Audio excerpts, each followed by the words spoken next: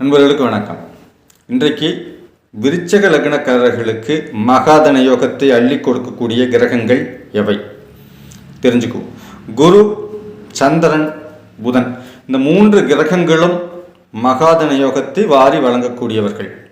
இவர்கள் தான் மிகப்பெரிய ஐஸ்வர்யங்களையும் மிகப்பெரிய கோடீஸ்வரனாக சகல விதமான யோகங்களையும் ஐஸ்வர்யங்களையும் அள்ளி கொட்டக்கூடியவர்கள். இந்த 3 கிரகங்களுடைய இணைவும் பார்வையும் பரிவர்த்தனையும் பெற்றிருந்தாலே மிகப்பெரிய யோகங்களை கொடுப்பார். சரி, இவங்க எங்கே எல்லாம் இருந்தால் மிகப்பெரிய யோகங்கள் அப்படின்னா, தனுசு வீட்டிலே குருவோடு சந்திரன் இணைந்திருப்பது மிகப்பெரிய யோகம். 5ஆம் வீட்டிலே குரு சந்திரன் இணைந்திருப்பது மிகப்பெரிய யோகம்.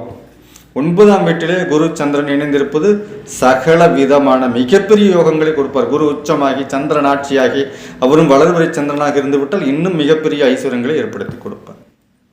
அதே மாதிரி 5ஆம் வீட்டிலே புதன் நீசமாகி அங்கே குரு சந்திரனோடு இணைந்திருந்தாலும் மிகப்பெரிய யோகங்களை கொடுப்பார்.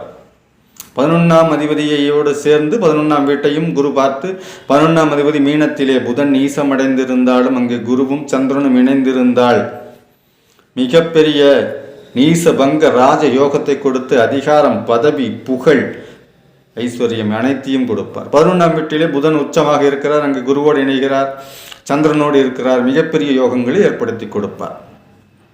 அதை போலவே ஒருவரை ஒருவர் பார்த்து கொண்டாலும் பரிவர்த்தனையானாலும் மிகப்பெரிய யோகங்களை கொடுப்பார்கள். மிக முக்கியமாக இந்த 3 கிரகங்களில் குரு, சந்திரன், புதன் இந்த 3 கிரகங்களில் இவர்களுடைய பார்வையோ இணைவையோ பெற்று ஏதாவது ஒரு கிரகம் ஆட்சி உச்சமாக இருந்து திசை நடத்த வேண்டும். மிக முக்கியமான அமைப்பு, திசை நடத்த வேண்டும்.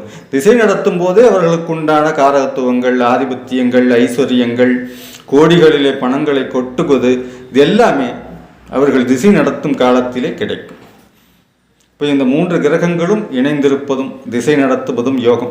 திசை நடத்தாமல் புத்தி நடத்தினாலும் ஒரு அளவுக்கு ஒரு குறுகிய காலகட்டத்தில் ஒரு அளவுக்கு பொருளாதார முன்னேற்றத்தை கொடுத்தே தீர்வார்கள்.